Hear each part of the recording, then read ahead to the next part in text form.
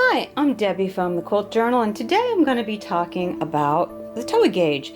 I've been meaning to do this for a while because this has been something that has really changed my relationship with my sit-down long arm. When I went from a domestic machine to a sit-down long arm, the biggest hurdle, I think, is always tension. And I've used all kinds of different things. I have did the drop method, the spider method, where you put it in your hand and you drop it and it's supposed to go down, or stand up method. I've done all kinds of things and I just continually had problems. I maintain 2 bobbin casings.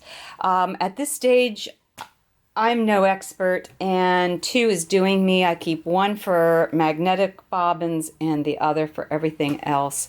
The plain one, I have the spring in the back of it, and for simplicity's sake, I'm going to talk about all 60 weight bobbin threads so that you can see the difference in how from bobbin to bobbin, and for the type of bobbins you have, what a difference it makes in your tension.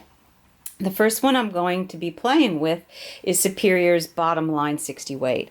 And I have a self-wound bobbin that I've wound on. I like these aluminum bobbins. They're real smooth. They have very little drag. They're very, very nice. Having said that, be neat when you wind your bobbin.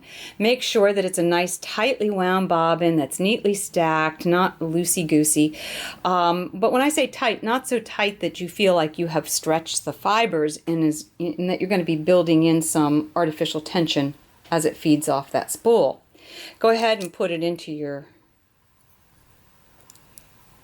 casing, and then the little nib that's at the top lines up with the nib on the Towa gauge. When I ordered mine, this little bottom wheel is bent. It's supposed to be that way. I thought it might have been damaged in shipping and called Superior to check, and it's supposed to be that way. So come down around that, over the top, and give it a pull. And this one is right about 150. Could probably be tightened slighter. And there we go, 150, 140. My machine, for me, and it's like people, everybody's different, my machine's happy place is right around that 150. I talk to people all the time, and their machines like 180, 200. People are all over the place. It's whatever works for you. There is no right or wrong. We just need to find that sweet spot for your machine, that you're getting a good stitch, and then know that.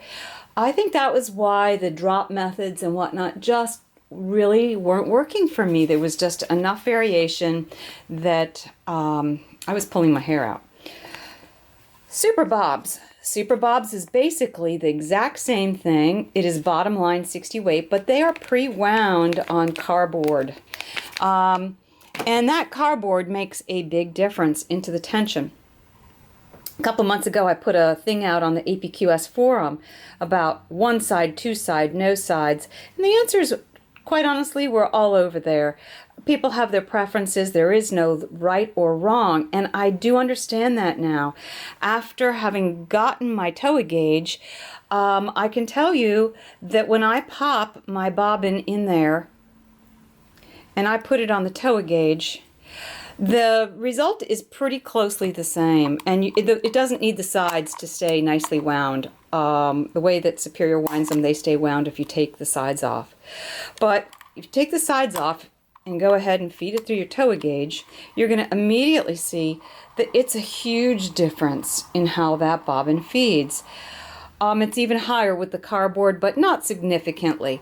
But I'm coming in at about 330 or so on this. I would say it comes in at about 360 or so with the sides.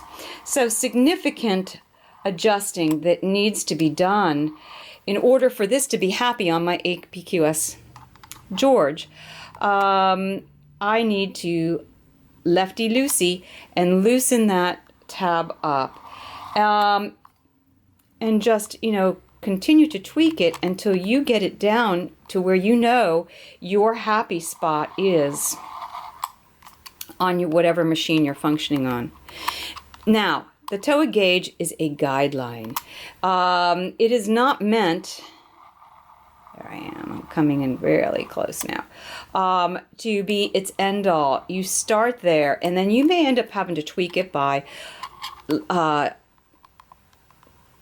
lightening or tightening your upper tension to offset a little bit.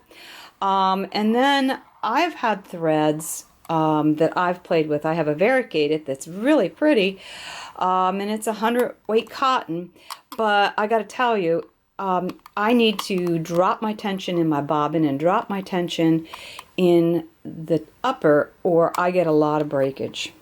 So it's a guideline, but it's not something that you're wed to. So that is the Super Bobs, and you could see the difference between both 60 weight, both bottom line, but you know, different bobbins makes a huge difference. Now, let's go on quickly.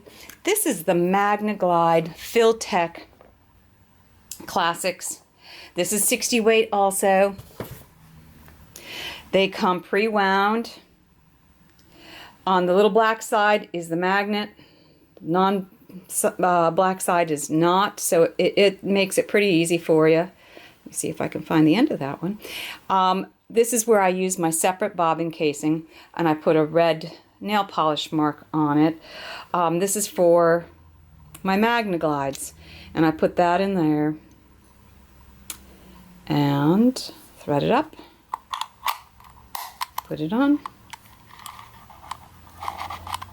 Now, when you first start some of these Magna-Glides, you can see how it is jumping all over there.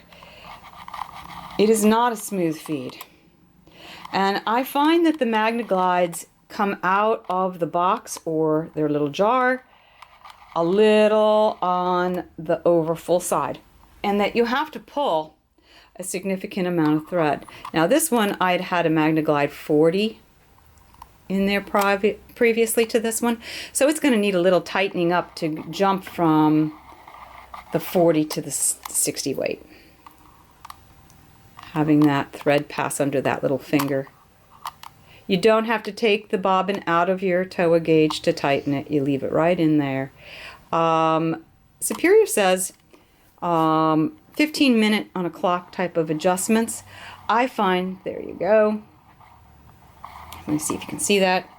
That's too much when you do 15 minutes. I find like when I'm doing the Magna-Glides or the aluminum bobbins that little 5-minute increments are just perfect. But you can see where I'm pretty close to that 150 range, and that's good for me. The other thing I will caution you on is all of these different bobbins has their pros and cons. There is no perfect world. The aluminum bobbins, sometimes as they get low and you've used a bunch of the